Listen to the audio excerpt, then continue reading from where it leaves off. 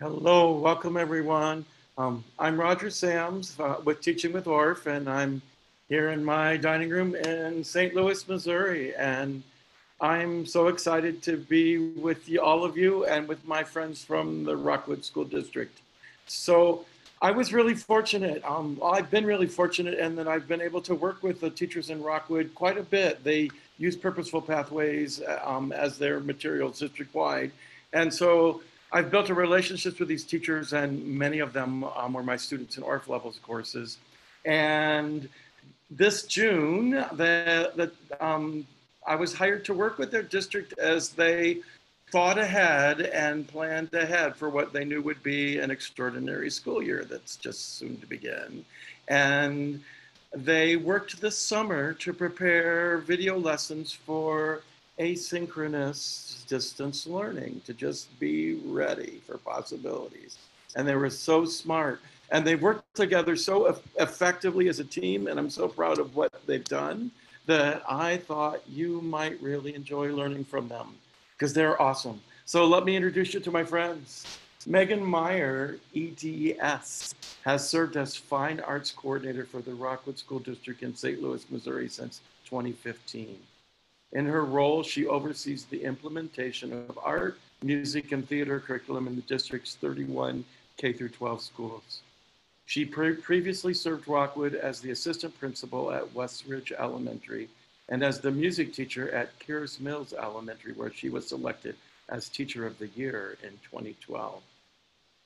Beyond her work in Rockwood, Megan has served as a conductor for the St. Louis Children's Choirs and as music director for multiple churches. Megan earned her BA and MA in vocal music from Truman State University, MA in teaching from Lindenwood University, and EDS in educational leadership from Webster University. She is currently a doctoral candidate at Missouri Baptist University. She holds Orff Level 1 certification and completed Level 1 of the choral music experience. Academic interests include equity in music education, arts integration, and social emotional learning in the arts. Personal interests include St. Louis Cardinals baseball, Broadway musicals, and spending time with her husband, Keith, and children, John, Liz, Nora, and Drew.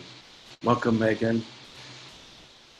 Katie Brown is a music specialist in the Rockwood School District, where she teaches K-5 general music and directs extracurricular honor choir and percussion ensemble.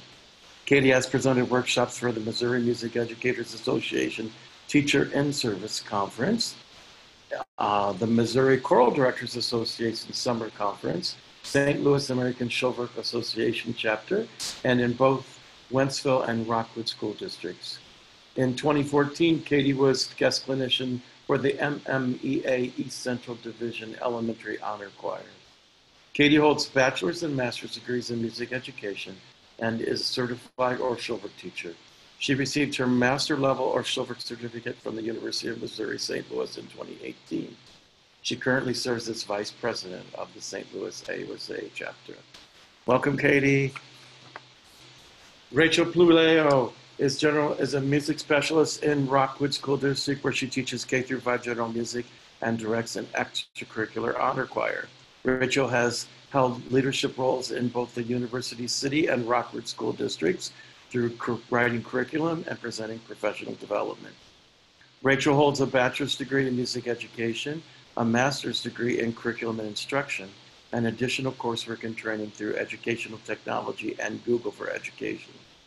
She is a certified Orff Show-Work teacher. She received her Master Orff Level Show-Work certificate from the University of Missouri St. Louis in 2018. Welcome, Rachel. And once again, if you were here 2 weeks ago for the Beth Ann Carissa workshop, you know Mike Pullman, who's wingman, who's manning the chat room, and he will be taking care of your chat. If he can answer your questions, he'll answer them in chat. And if not, he'll be keeping a list, and we'll have questions the last 15 minutes. So welcome, Mike. We're glad to have you back on our team.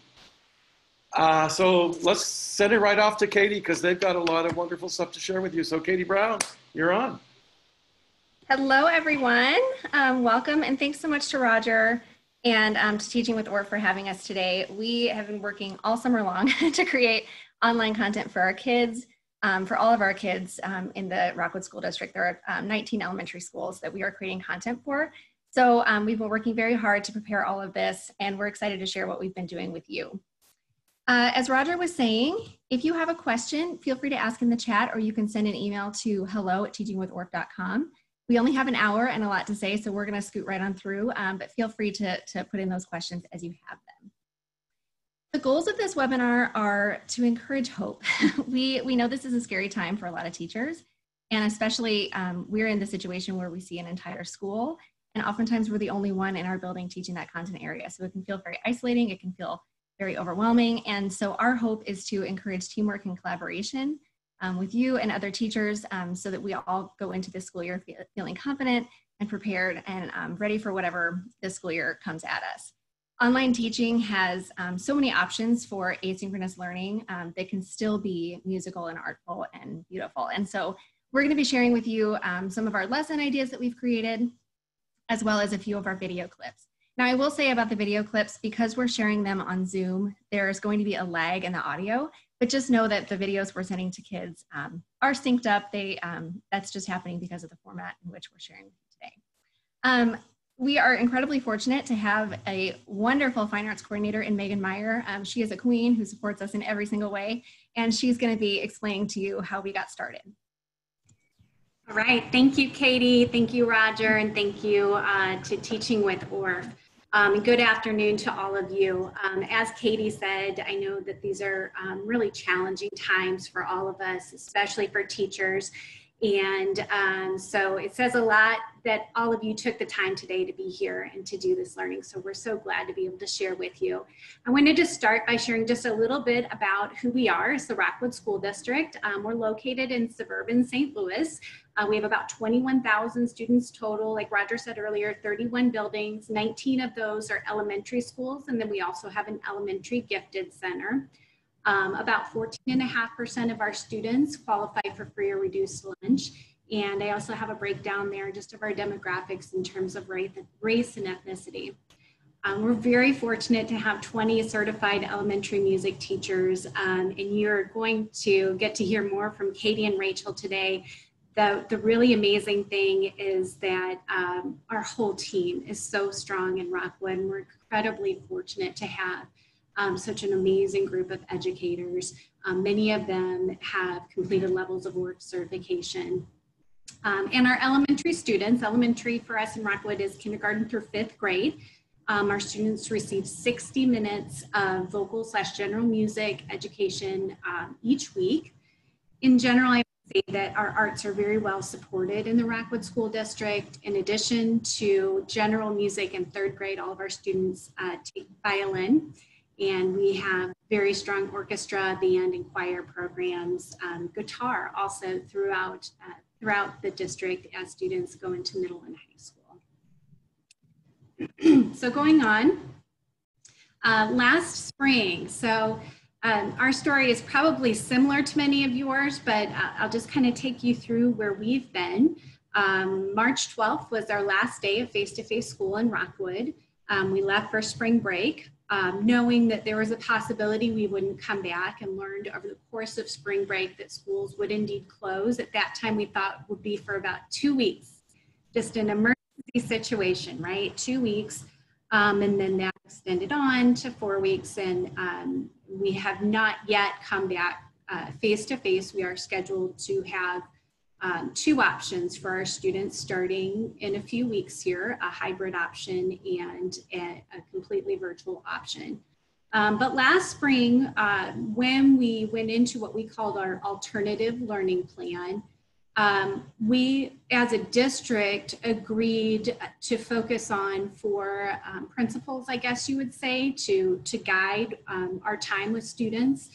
And our focus was on maintaining relationships with kids, connecting students to school and each other. We knew that the social was really important, as a lot of kids and families were alone in their homes. And we wanted to focus on teaching what was most essential that there was so much that was new and different for people that we really wanted to try to really focus in on what students really needed to know and understand and be able to do. And then also as a fourth pillar, we said, is there anything that we can gain from this time that will serve us well long-term in education? So looking for opportunities for enduring innovation. We have in Rockwood, prior to school closures, our middle and high school students each had their own Chromebook, and we made Chromebooks available to our elementary families that needed them. We also made hotspots available, of course, similar to, like I said, many school districts that didn't come without challenges, working through different issues of availability, but we did our very best to try to make sure that every student had a Chromebook and access to the internet. So a little bit of the good, the bad, and the ugly. And again, this may be familiar in some ways, but the good, we truly had amazing content that was developed by our teachers. I was just amazed at what was developed on such short notice, people doing things they'd never done before, just recognizing a need and being willing to do whatever it took to make sure that our students got the very best. And so we had elementary music teachers who made incredible videos, who set up Google Classrooms, who shared all different kinds of content with students. Another really great thing that came out of last spring is we had the opportunity to meet as PLCs. As was already mentioned earlier, we all, as elementary music teachers, are singletons in our buildings. And so there isn't generally that opportunity for weekly PLC meetings. But we realized with the closure of schools that we could do that via Zoom, and our elementary music teachers did that every week. They kept an hour of time that they were to meet, share ideas, be of support to each other. So that was a really great thing that happened last spring and really has continued throughout the summer, as you'll hear. And I will say, going into that time, we already had a really strong foundation of collaborative work in this team. It's just that we had the time to be together during school closures. So, of course, we had our struggles too, right? Some of those amazing activities and assignments that our teachers shared, we didn't get a lot back from students. And we had a lot of questions about if they were really getting what we were sending and how much they were engaging with it. We had a lot of teachers who were stretched really thin with their life outside of school, right? So we have a lot of teachers with young kids or caregiving responsibilities, different levels of comfort with technology, and had huge learning curves in that area. And then some of the really tough stuff that we had because of some of the focus on essential content. There were some messages that just weren't received the way that I hope they were intended in terms of the value of the arts educators and music teachers. We had teachers who were sick. We had teachers that lost people they cared about. And we had teachers that struggled with anxiety and depression. So I share all those things to say that you're going to hear some incredible, amazing work that's going on. But I would say in many ways, we're similar to many school districts going through this time. So as we were finishing the semester and kind of trying to get our heads up above water, I had this moment where I felt like I needed to figure out as a curriculum leader, as an instructional leader, like, what is my role?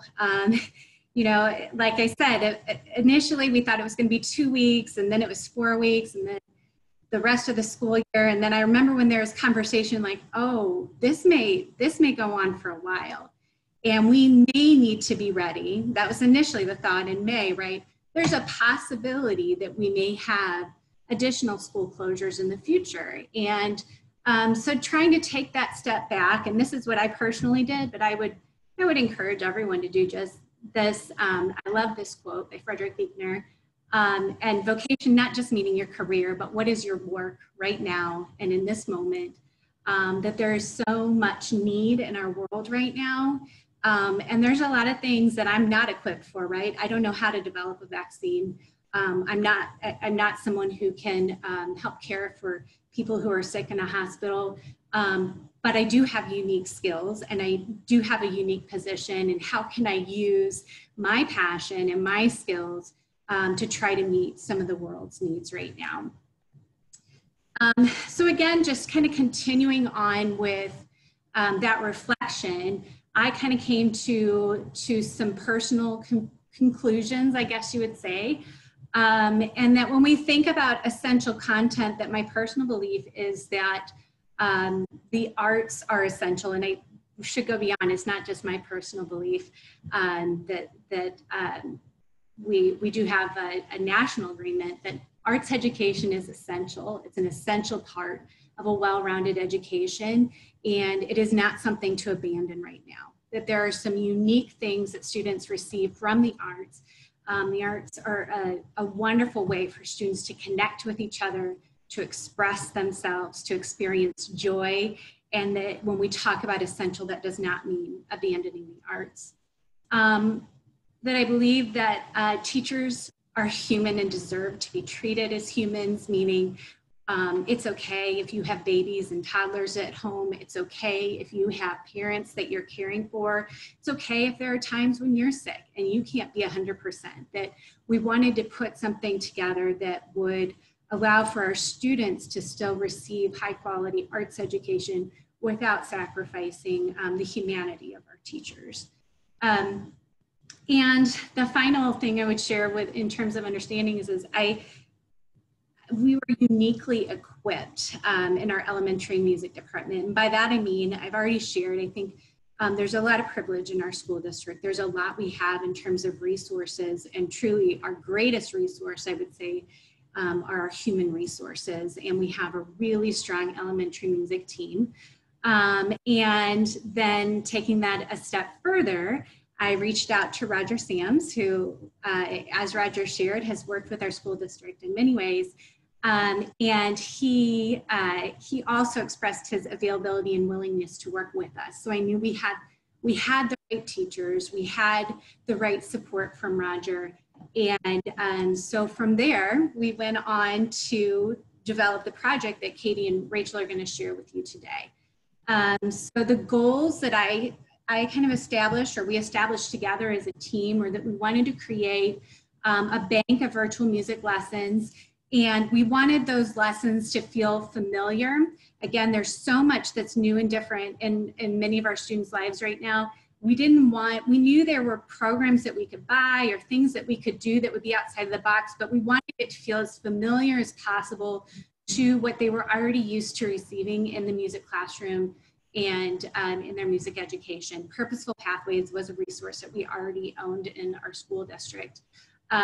We wanted high quality content to be available for all of our students. But then also going along with that, just recognizing the humanity of teachers. We were going to work collaboratively, and that we would use diverse strengths, and that we would honor different circumstances that we were in. So we had many Zoom meetings with babies on laps and kids running around in the background, and that was welcome.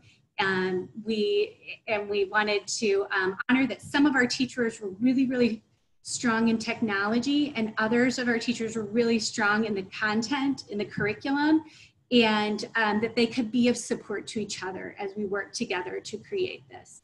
And finally, as a district, we wanted to say that we didn't create, that our goal was not to prescribe what teachers should do during times of virtual learning, that it was to be a resource. So it wasn't intended, was never intended to stifle anyone's creativity or take away from teachers' own strengths, but really just to be a resource that was available as teachers needed it. So with all that context, now I'm going to turn things over to Rachel Puleo, one of our fabulous music teachers, who's going to get you into the details of what our teachers have created.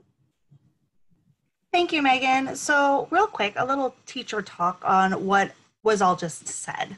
Okay, so we are in a fortunate district and support. We have a huge team of very capable teachers, and we wanted to take our difficulties of last spring, where we were kind of all in survival mode, and put forth meaningful content and curriculum to our students, and creating that bank of lessons that we could either pull from or use as a model to replicate. So that was our goal, and again, focusing on student creativity to make sure that we are giving children that voice to be creative and be a kid, because I'm sure they felt this in very many ways. So getting started with this project, what we did, we had a team of, it was Megan and Roger, and then 8 teachers. So we split up our team into 3 writing teams. We had a 1st and 2nd, a 3rd through 5th, and then a K through 5 SEL lesson. So we identified that some of our students probably needed to use the arts and use music as an outlet of what is going on and how to share their feelings. So we had 2 teachers who specialized in lessons for the whole school to support students during this time of uncertainty. You might notice that we didn't have kindergarten in this at first, because kindergarten is its own beast, and we wanted to focus on our main content of rhythm and melody. Okay, so we knew that kindergarten was going to be done, but our curricular focus for this project was pitch and melody. So you might notice that kindergarten wasn't at first included. Partway through the process, though, we shifted our teams into a K1, 2, 3, and then a 4 or 5, and we did feel that this maybe worked better in planning and with implementing our lesson plans and differentiating, our content. So like I said, we identified the major skills we wanted to make sure that we hit each grade. So we had first quarter broke down to 2 rhythm and 2 melody units. So when you say it like that, it definitely feels a lot more manageable. Purposeful Pathways was our main district resource, and it lines so well to our district curriculum. So we did use Purposeful Pathways as the foundation for our project. And every assignment or every unit had a student creation assignment. We wanted to make sure that we gave students a voice, as well as a way for students to connect with their teachers, and teachers to be able to connect with their students through their creation, their composition, or their voice. We decided to work smarter, not harder. And so one of the things that we talked about a lot was how each individual team broke down the work. And it was interesting because as Rachel and I sat down to make these slides, we started talking through each team's process. She was on the 1st and 2nd grade team, I was on the 3rd through 5th, and we did things completely opposite from each other. But what I loved about it was that both teams created some really high quality content. So you could really do things however it works for you and your team, because anything will come up with a really good result. So the 1st and 2nd grade team, they decided to split the work and recordings by activity. In just a moment, we're going to talk about what the lesson plan components were for each project that we worked on. And the way they did it was that our friend Jen was always in charge of the warm-up activities, the introductory activities. Our friend Lee was amazing at teaching the meat and potatoes of the lesson, the learning activities. And then Rachel was responsible for the student assignment or creation. They wrote their lesson plans as a team. So they met over Zoom and communicated with each other as they wrote out the lesson plans. And then each lesson plan that we created included a teacher script. That way, if teachers did want to recreate the videos for themselves and not use our samples, they would have the sort of the outline ready to go. And they wrote their script after recording their videos. Our team, the 3rd through 5th team, we split the recordings differently for every lesson. We were a little bit more willy-nilly with how we split things up, because we're all creative people and we wanted to mix it up. So sometimes I did the introduction, sometimes I did the creation part. We just split it up based on what we felt like doing for that lesson. We wrote our first lesson as a team. And after that, we felt like we had sort of a consistent pattern with the way that all of us were thinking, that we decided to write our lessons individually after that. And we wrote our lesson plan and teacher script first, collaborated together to make sure that everyone was on board with everything that was written, and then we recorded our videos later on. So there are a lot of different ways that you could use this process to create some really high quality content. We also worked with a limited selection of repertoire. We did this for a few reasons. First of all, we knew that we had a limited time to get this done. We were originally given like a 15-hour time limit, and it ended up going a little bit more than that.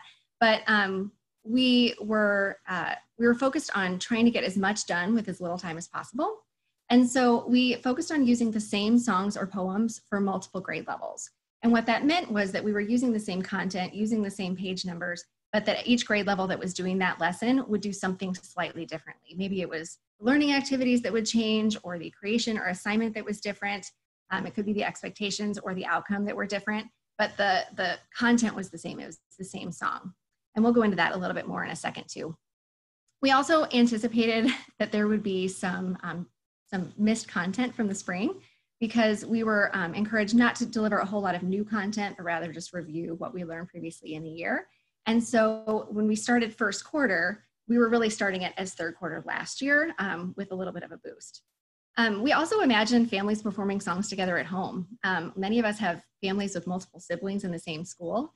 And we thought, how cool would it be if two siblings were singing together this song at home while they were at home together, quarantined, not able to go places? What if we gave it together? And it also made the project a little bit more manageable for us, because it meant that we could reuse some of our lesson components without having to recreate the wheel each and every time.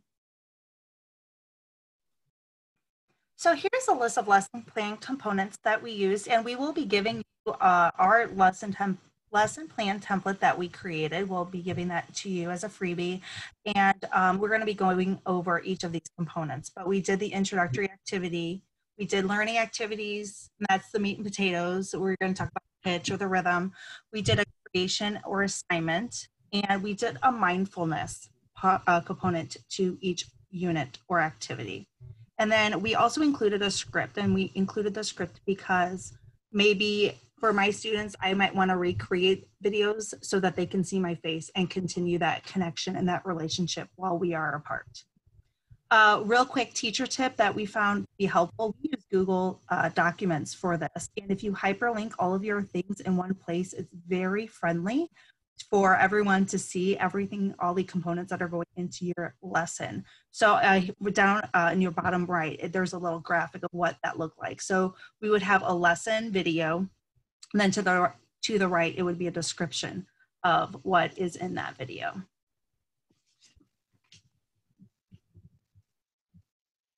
So like I said, we use Google Slides for displaying our visual and composition activities.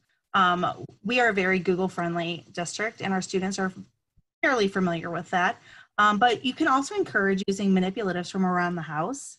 And this is also a good opportunity to get them away from the screen and get them hands-on playing, element of play. So I did with quarters. I also used my son's cars, and I thought that would be a pretty motivating way for students to compose sew and meet patterns.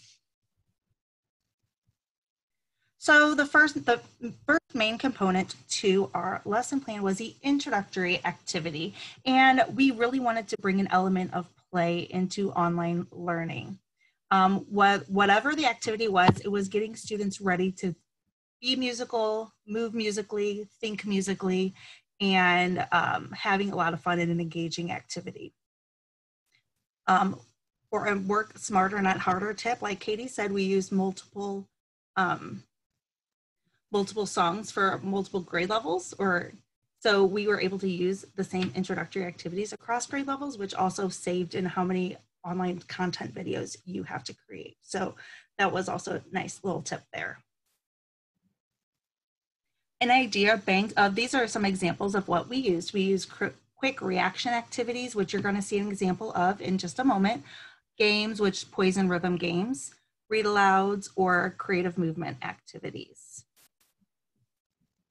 And here is Jen, and here she is the queen of primary introductory activities. She's wonderful, and you'll see why. Just a quick reminder that because we're through Zoom, the audio is not going to line up with what you see, but the students will see it lined up perfectly synced. Hello, musicians. Are you ready to take a trip? Let's go for a walk. Here we go. It's rock, rock, rock, rock.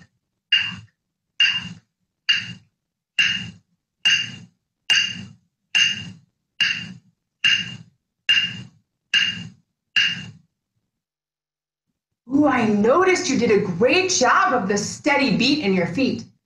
I wonder if we could change our feet to tiptoe feet. 1, 2, and here we go. It's tiptoe.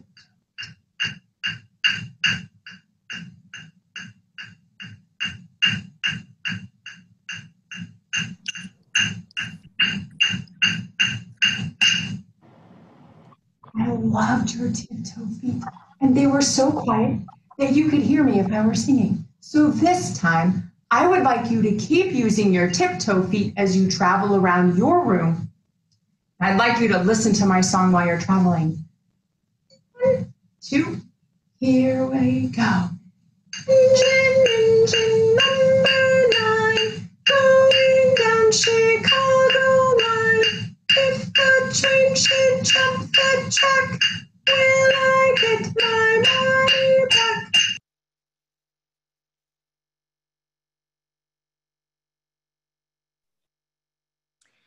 Up next is the learning activities component of our lesson plans. Like we said before, this is the meat and potatoes. This is sort of the nitty gritty. We wanted to try to keep this as similar to the activities you would do in your music classroom as possible. So they included things like pitch warm-ups, teaching the rhythm, reading through rhythms, reading through melodies, reviewing previous skills, practicing new ones, and preparing for whatever their project or assignment was going to be.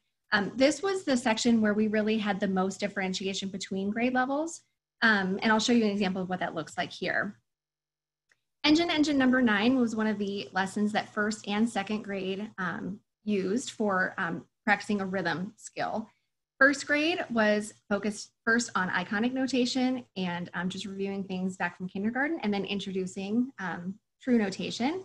And then the second grade focus was reviewing rhythm that they learned last year in first grade and encouraging more rhythm reading independence. For older grades, this might mean that you're using a pentatonic song. Maybe third grade is singing and performing the pentatonic melody, but maybe you're not labeling it yet if they haven't learned that language.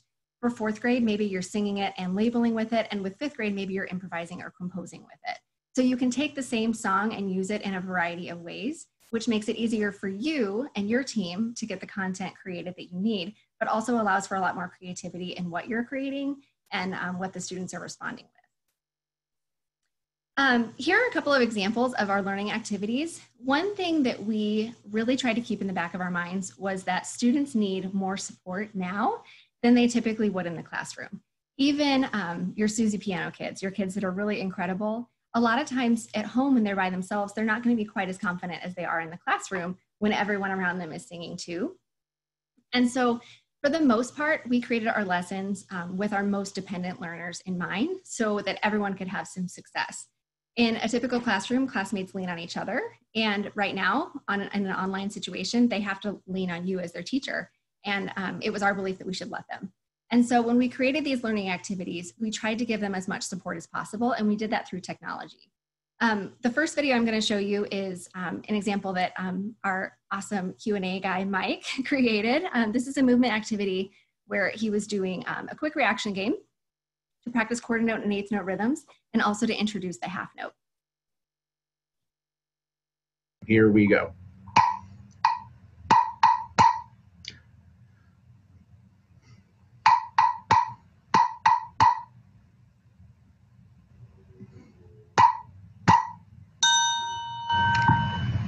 Oh, well, that was something different. That one kind of went a little bit longer. It wasn't just one beat long, it was 2 beats long. So what could we do with our feet to do that? Maybe thinking about like stretching or pulling while you take that step. So this time when you hear the triangle, try if you can make a long stretched out movement when you do that. And you can see how that learning game would be something that you would totally play in your classroom. But when you do it this way online, they're not seeing other kids and getting ideas. So to see Mr. Pullman playing the game in his guest room is a really supportive way of helping kids with that. We also did a lot of activities where students were either singing in 2 parts, whether it was a partner song or a canon, or they were performing a rhythmic or melodic ostinato along with the song. And just like in the classroom, you'd split the class in half and have one half do something and have the other half do something else. Well, we don't have that option. So we use the app Acapella quite frequently when we were creating this so that the teacher could model what it sounds like with the 2 or 3 parts together. So here's an example of how we did that for 3 through 5 with the song Fishbowl Song. 1, 2, ready, go. Who's got a fish bowl? Gonna catch a fish. Who's got a fish bowl? We do. Who's got a fish bowl? Gonna catch a fish. Fish bowl needs a line.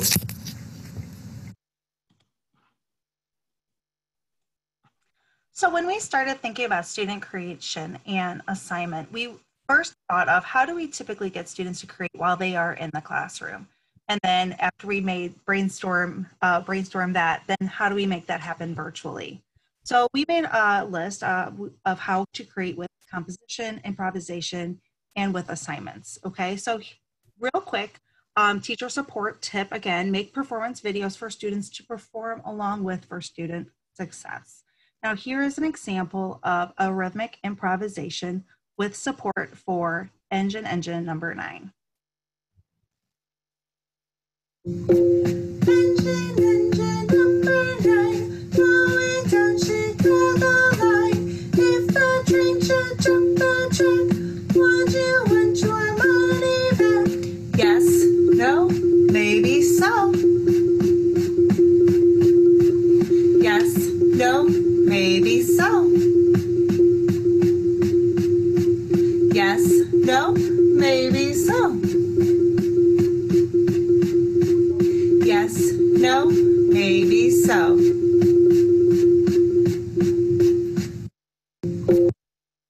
Again, that was another one that was done through a cappella for students to know when to play their composition.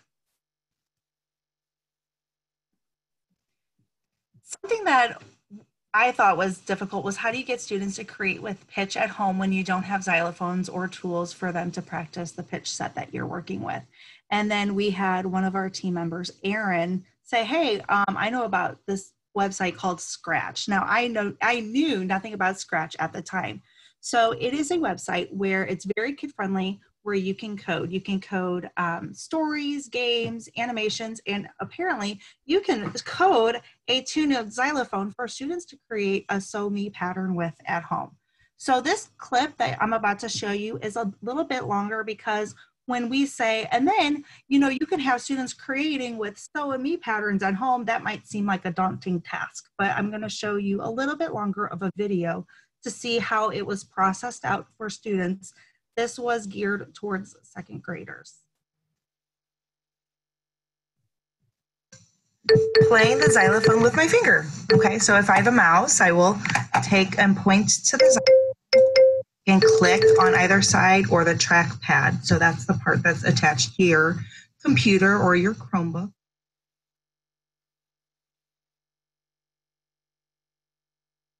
I'm gonna sing Hear the Raindrops. You're gonna play 4 so's. It sounds like this. Ready? Hear the raindrops.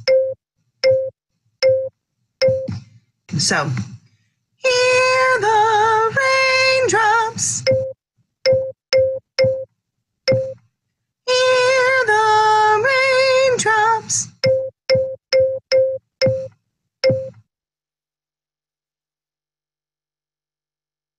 So if you need to stop the video and go and play, then that's what you're going to need to do.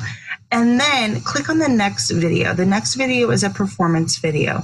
And I want to see if you can try to put this in our songs. We have our rain on the green grass, that will be our A section, and Hear the Raindrops, where you create So and Me patterns, as our B section.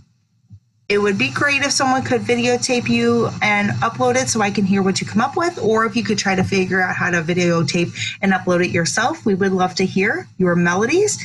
If not, that's okay, and just play along and enjoy creating a So Me pattern. All right, bye-bye. Good luck.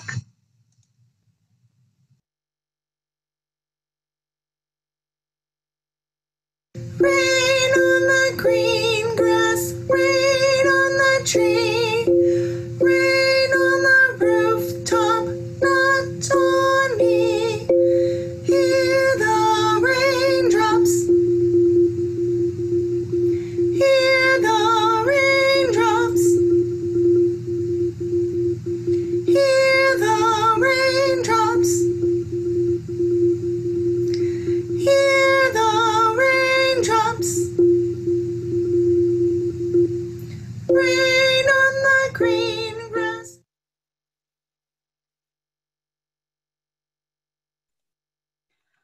right, here's another scratch example I wanted to show you. Caitlin has taken over from our team figuring out Scratch. I still haven't been able to do it, but Caitlin has totally taken that baton, and I'm so excited because she made a new one that is completely customizable or it's customized to our lesson, Bernie B.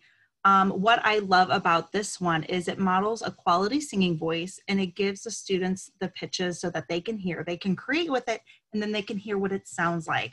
It still has the element of play because they're in charge and they're creating. Now, when Caitlin was telling me about this, you can take Scratch and you can find someone else's and remix it to make it your own. Or if you see something that you like, you can look at their code and then you can model something similar using the code. So I don't know anything about code. This is not a place I've explored yet, but I'm so someone on my team has. Okay, so Katie, if you could show us what it would look like to create with Bernie B.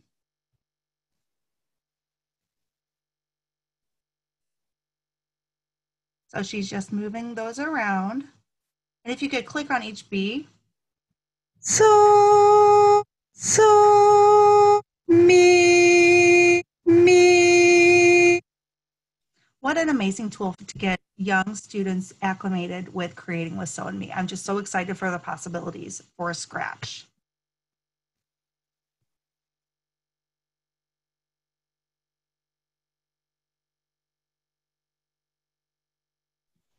Okay, so here's an example of a creation assignment activity for 3rd through 5th.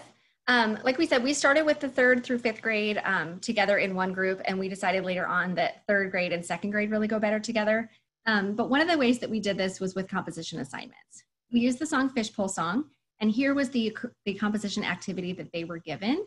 We used the one on the left that does not have 16th notes for 3rd grade and 4th grade. 16th notes are a 4th grade rhythm skill in the Rockwood School District, and because it was for 1st quarter, we assumed they did not know that yet. But 5th graders should have a pretty good understanding of what 16th notes are and how to use them, so we used the one on the right for 5th graders.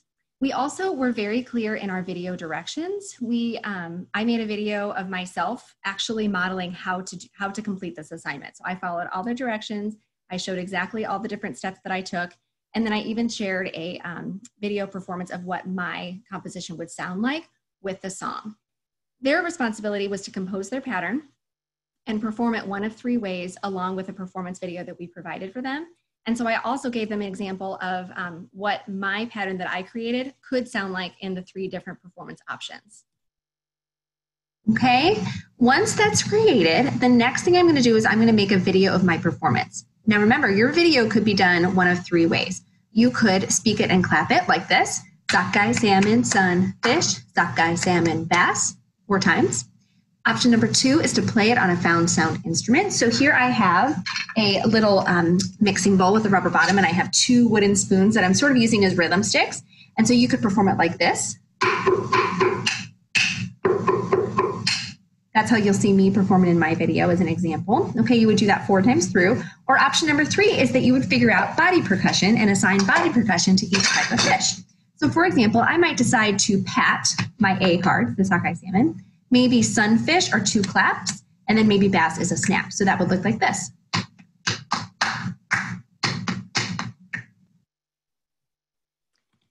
We also did a lot of social emotional focused lessons because as you know, this is a really trying time for everyone, but kids oftentimes aren't given the tools or the outlets to creatively work through some of those emotions the same way that adults are. And so one of the lessons that we did was the song I'm Gonna Sing from Purposeful Pathways. We used it as a so, mi, re, do melody practice and also as a practice for counter melodies. But that was not the main goal of that lesson. Those were sort of these side bonuses. What we really focused on was using your voice for good. And so we started with the book, Say Something by Peter H. Reynolds, who's one of my very favorite authors. And we started a conversation about how you can use your voice to say something. What would you say? What would you change? How can speaking up help someone else or make the world a better place? And so we had this assignment where their job was to compose their own song that's 8 lines long. And the first focus that they did was they just wrote 8 lines of lyrics, and it could be however they wanted it to be. For kids who might hear that and think, I have no idea what to do. I gave them 2 sample songs that I wrote. The first one is with sort of a bullying theme, because I thought that might be something that spoke to kids a lot, especially as they are at home and trying to grapple with not seeing their friends and things like that. This one is very structured. It is in 6/8 time. The words rhyme with each other. It feels very much like a nursery rhyme. Some of your kids are going to need a more structured option, a more structured example. And then my second example was much more free form, more speech-like, and just about the current events of the world. So watching the news and not being sure what to think. And there's not necessarily a meter or a specific rhythm to this, but either example works really well for the project that we were working on. And then the next step that we did after they had their lyrics written was they composed a song. So what they did was they took their lyrics and they took these little pitch tiles over here and dragged a tile above each syllable of the lyrics that they wrote to create some melody to go along with it. So their final turn-in assignment looked like what you have on your screen, where they had 2 pages of lyrics with pitches assigned to each one. Now, we still gave them melodic structures. We said, okay, so, mi, re, and do, those are your choices. We said, if you, many of you have probably learned from Roger and Brian Burnett, a lot of the St. Louis Orff people, and one thing that they say is that if you want something to sound like the tonic, you start on it, you end on it, and you play it a lot. And so we encourage that in our composition activity as well. But with that said, the composition was not as much of the focus as the creative outlet was the focus. And so this is me and Rachel and all of us giving you permission to focus on the social emotional needs of your students, sometimes even above the curricular goals. They, oh, I went too far. So when they turned this in, they had a couple of options. They could just turn in the document, that was fine. They could also, if they wanted to, submit a video of them performing their song if they wanted.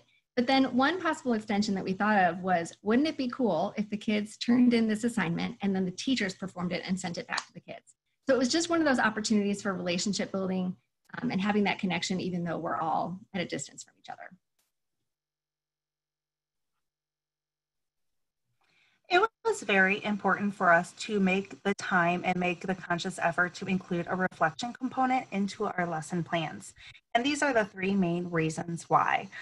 It provides the student the opportunity to think about the skills. So the actual curricular reason why, making them mindful of what they had just learned or what they are about to do it. So you can do before the assignment with a rubric, sharing them what you're going to be looking for so that they can be mindful with their composition or their performance, or if it's afterwards, share something you learned with your families.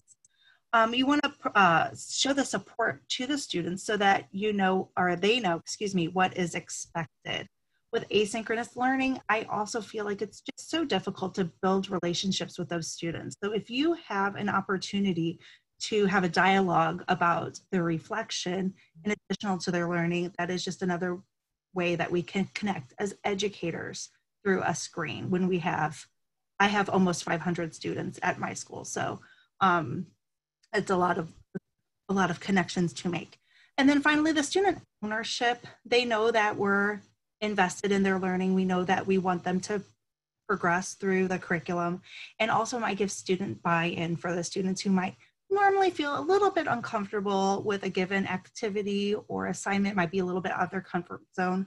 So that is another way that they can provide some feedback.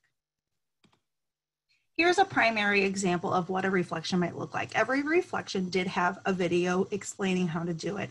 I want to say Jen did ours. I know that, and I think she had the same video for the same to be used multiple times. And she explained how to do this, and you would just drag a check mark and turn it in. This was a Google document, a Google slide, I believe, and they can assess themselves on the skill. You could have it, how are you doing today? It's a way to connect with your students. So this is a primary example. And here is an intermediate example. This is typically at the bottom of the document, if it's a creation document, that the students can click and type into each square where they feel and how they're feeling about their assignment. We also used a lot of technology collaborations.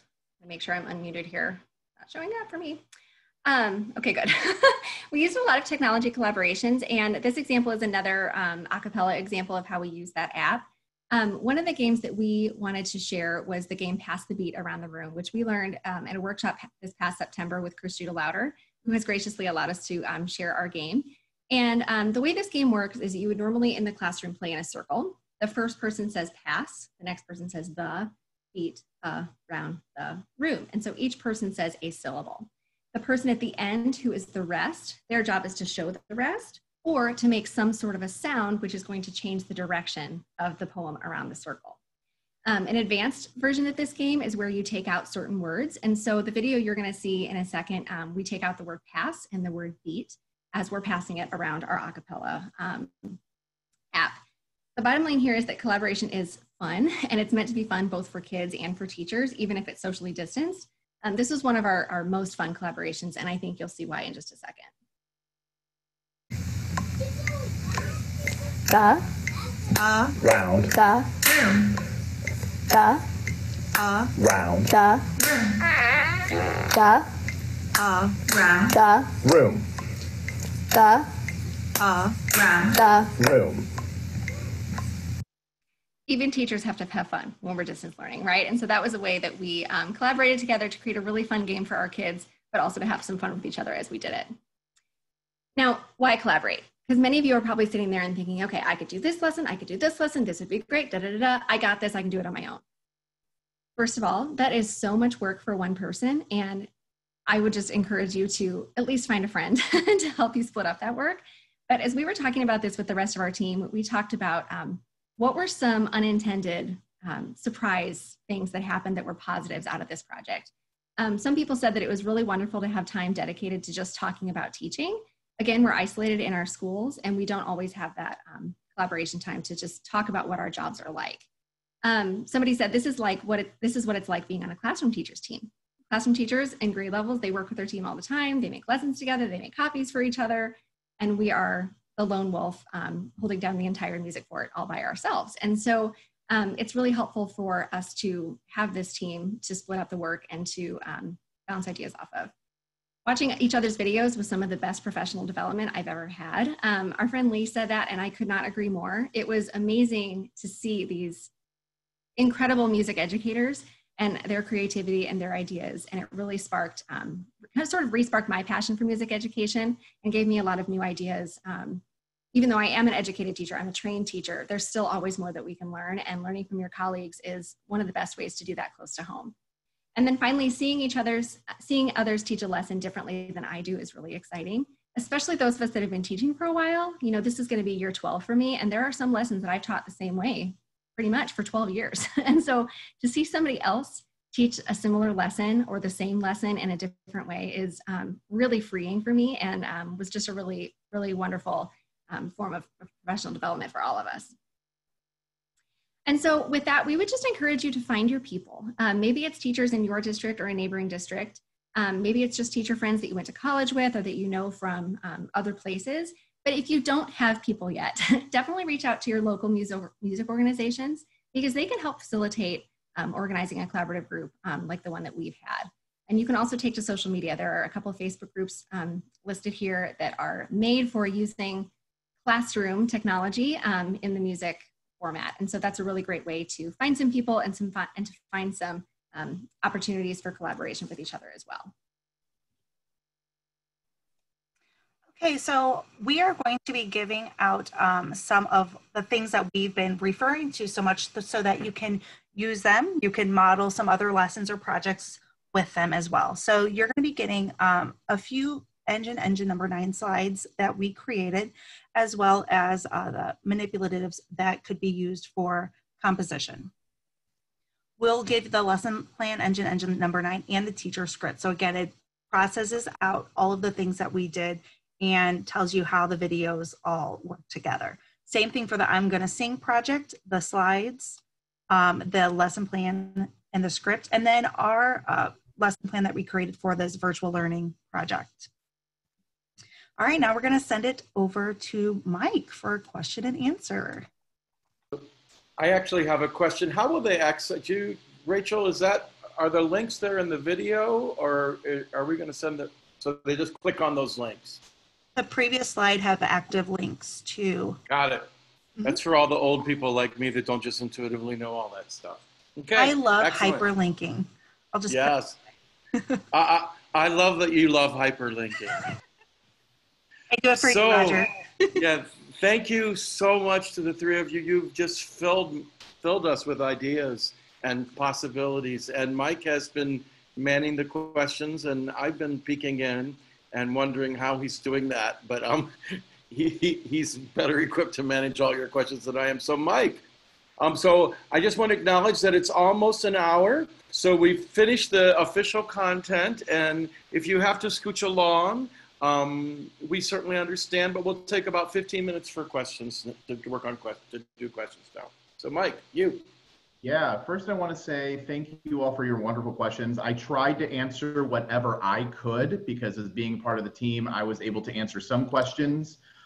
Some things I definitely am leaving for Katie and Rachel and Megan, but I definitely want to say that if we don't get to your question, I am sorry, but you can always email your question to hello@teachingwithorff.com, and we will try to get to your questions as much as possible. But I'm going to try to get to as many because we've got a lot. So Pat, the first question I got, and there was a couple times it was asked about the Acapella app. And I know that we used it for like our teaching, but they were asking if we were ever using it for performance opportunities for the kids themselves, if we ever asked them to use it in their performance. Can I just address that really quickly, Mike, and then Katie and Rachel, if you want to add. I would definitely encourage you to check on the terms and conditions with your technology department in your school district. I believe that you have to be 12 years old at least to have an account in Acapella, but that's a great question for your technology department. That's why we have a Megan, because she always has those great answers. So yeah, so for Acapella, we used it as teachers, but we weren't able to use it for our kids. So a couple questions about Canvas. One question, Nancy from St. Louis asked, have you used Canvas before, or is this your first year on that platform? I feel like we've been using Canvas as a resource for the older grades, but this is a fairly new resource for the elementary level. I am entering right now all of our lessons into Canvas. So it's been quite a learning experience for me, a lot of trial and error, but I finally feel like I've got a good handle on it. Our district was committed on making it very uniform, whether it's a classroom, specialist, library. So it all looks the same. So when you have a 5-year-old or a 6-year-old logging in, they will be able to acclimate on what to do and how to do it.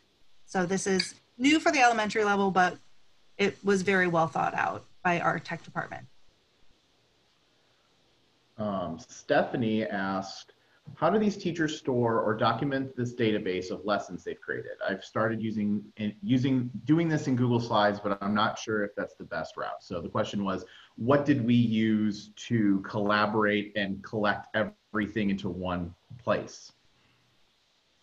We have been we've had a elementary music Google Drive for years. That's where our curriculum is housed, and a lot of other documents like scoring guides and proficiency scales and things like that. So we just created a new folder within that sort of all-encompassing elementary music folder to house these lessons organized by grade levels, and then first quarter lessons, second quarter lessons. We're wrapping up second quarter now, and pretty soon I'm sure we'll have a third quarter folder ready to go. Oh my gosh. Okay. Let's see, what was another one I had? Oh, there were a couple of questions about when, Katie specifically, when you were showing how the older students were manipulating and they could actually like put the do, re, mi, so notes on there, or when they were manipulating in the fish song, what did you use to have the students be able to manipulate in the program? That was a slide. I wasn't able to manipulate it for you guys because I was in present mode. Once you're in present mode on a Google slide, you can't move things around anymore. But if you're not in present mode, all of those pieces were movable. I also created a video of myself creating my own melody. So what you saw there was my finished product, and the kids actually got a video of me doing that so that they could sort of see what the project was and what the steps they needed to take to create their final project as well. And to piggyback on that, when you do a slide, you want to maybe have a graphic and make that the background of whatever you don't want to move. Okay, so the staff, any directions that you don't want to move, make it your background. So you're going to have to save it as an image. And I always save it as an image, upload it as my background. And then you can have all of your moving parts, make a whole bunch of copies of it so students can drag them in. So that is it's a lot of steps, but they're reusable. There were also some technical questions when you brought up Scratch. Right when Rachel was showing Scratch, I got about 7 or 8 questions all at once about what is this beautiful program and how do I use it? Specifically, there was one that I liked. Angie from St. Louis said, will you be able to share the links to some of the Scratch projects so teachers have a place to start from in terms of remixing the code?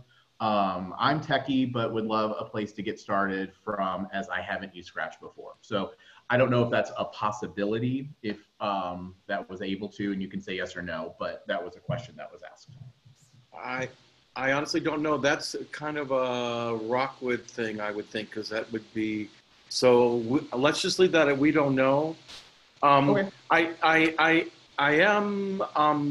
I'm getting excited about like learning about the things you all want to learn about. And I was thinking, you know, maybe we just need to have Caitlin come in and do one of these webinars where she just teaches people how to do Scratch. And so that may be a possibility. But I don't know, as though it's probably likely that Rockwood is able to, just because the district, they're probably not going to be able to give away a lot of the stuff that they've created because for all kinds of legal reasons. It's probably likely. Mike. Sorry. What I learned about with Scratch, though, it's very like a if this, then this. So if a student clicks on this shape, then this sound will happen. So like I said, you're able to see projects code. So if you search, Caitlin, you found something that you can search and then see how they do it. So it's very, you're able to replicate as well. Randy asked, are these videos for the students who are choosing the virtual learning option or for those doing hybrid as well? Yes, is the answer. And, you know, we kind of told you a little bit, when we first started this, we didn't even know if there's going to be a hybrid of virtual learning or anything. We just thought it couldn't hurt to have these videos, right? I mean, at some point, even if it's for a substitute teacher, you could use them. So we are currently working through all those details right now, but we do anticipate using them both for virtual learning and hybrid learning. And like I said, potentially for other uses in the future. One thing that we've talked about a lot is that we are going to have the world's most amazing subplans for when life goes back to normal, that we're going to be able to use all of these videos and just leave it with a sub and say, here's a flash drive, have fun, see you later. And we don't have to, that's a stress off our shoulders for the future as well. Yeah. Logan asked, were the Google Docs interactive for students? It looked like the student, oh no, we already asked that question. Moving on. For families with one or limited device to receive lessons and more than one child, how or when are the lessons streamed to students so that each child can access their level? So for students or for families who maybe only have limited technology, what would be a suggestion on how they actually access these lessons? All of these lessons are meant to be done in an asynchronous way. So they could be doing these lessons at 7 o'clock at night if they want to. If an adult is working and using the computer, then the kids can use it later. And they're all going to be housed in Canvas. So the teachers are going to put them out with a certain deadline, but it's not like you must do this assignment today. It's going to be, you have this week to complete this assignment. So you're going to have a lot of freedom in when the assignments are completed for kids. I know that's something that varies by district, but we definitely have encouraged the asynchronous and recording anything that you do live just to make it more accessible for different family situations. Just an update on the Scratch. Caitlin Stevenson from Rockwood as well actually put in there that anything created for Scratch is public and you can search for it. So that does help. If someone with an account creates a Scratch and you search their name, you may have to look a little bit harder, but you can search for things that you need because once they're created, they're public. So that answers that question. Thank you, Caitlin. We're glad you're with us today. Love Caitlin. let's see.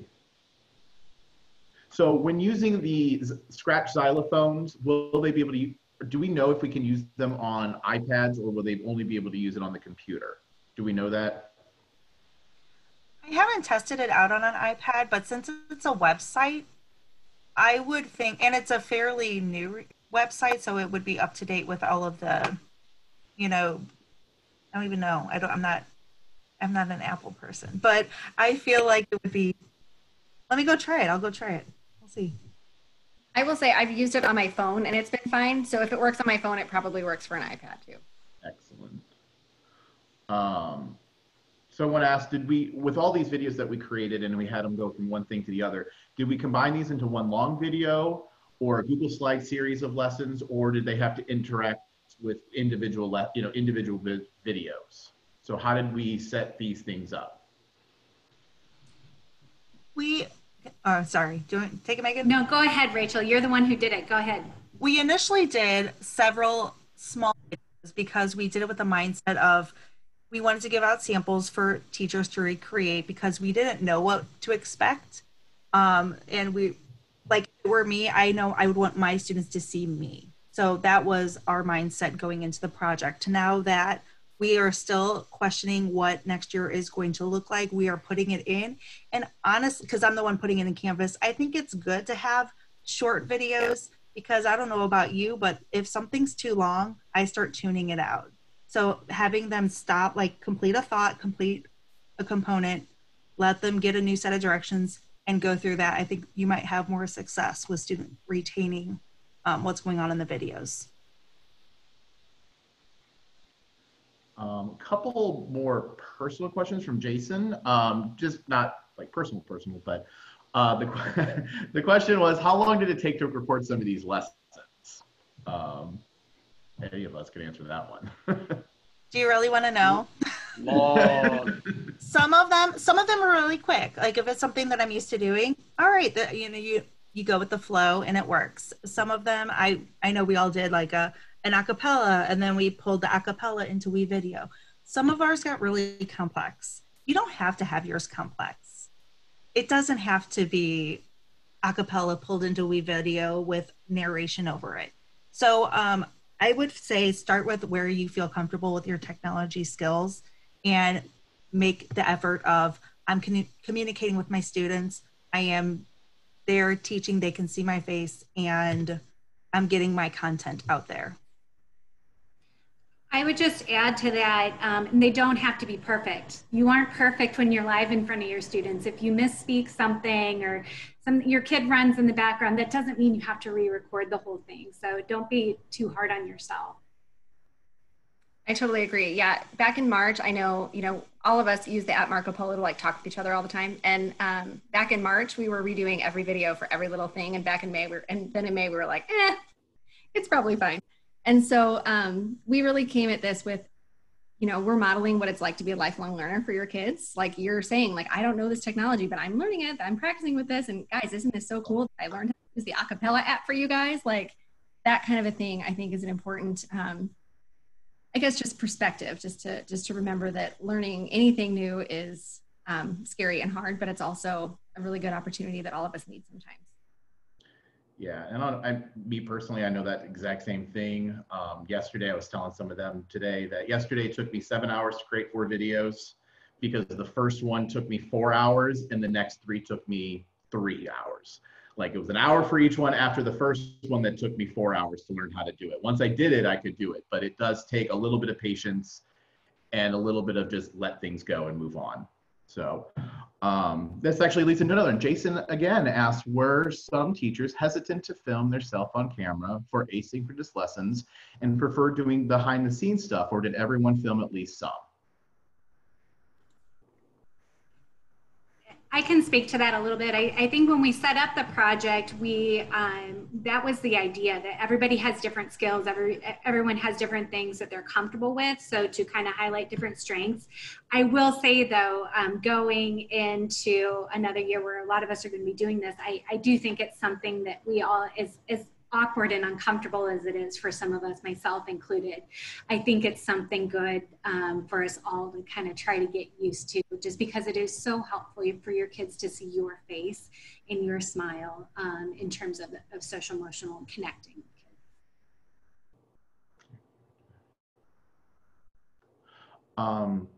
Hannah asked, do you have any written justification for why asynchronous learning may be better?